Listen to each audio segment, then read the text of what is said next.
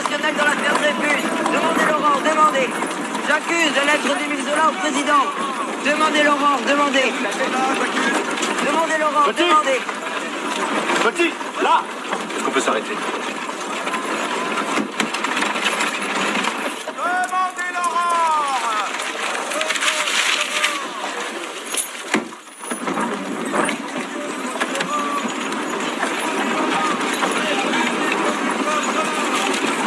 Eh bien, qu'est-ce que ça dit? Oui, nous assistons à ce spectacle infâme. Des hommes perdus de dettes et de crimes dont on proclame l'innocence, tandis qu'on frappe l'honneur même, un homme à la vie sans tache. Quand une société en est là, elle tombe en décomposition. On ne devrait pas imprimer des choses pareilles.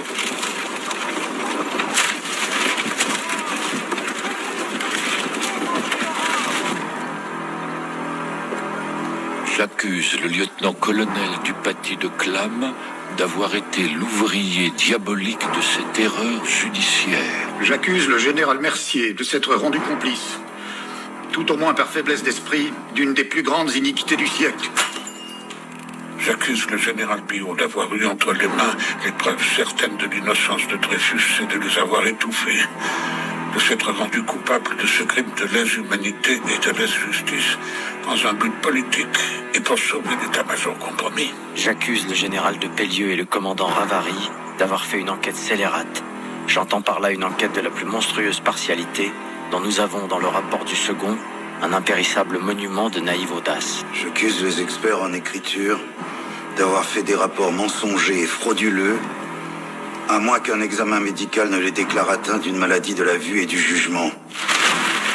J'accuse le général de Boisdeffre et le général Gonze de s'être rendus complices du même crime, l'un sans doute par passion cléricale, l'autre peut-être par cet esprit de corps qui fait des bureaux de la guerre l'arche sainte, inattaquable. J'accuse enfin le premier conseil de guerre d'avoir violé le droit en condamnant un accusé sur une pièce restée secrète.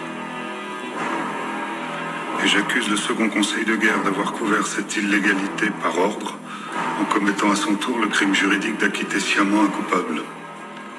En portant ces accusations, je n'ignore pas que je me mets sous le coup des articles 30 et 31 de la loi sur la presse du 29 juillet 1881 qui punit les délits de diffamation.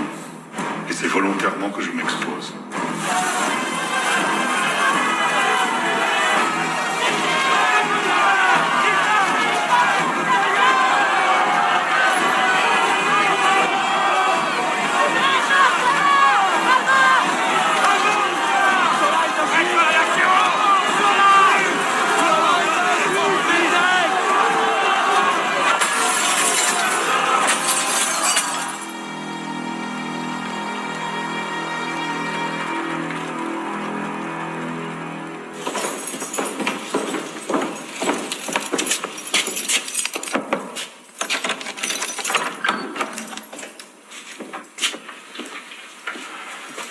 Mon cher Georges.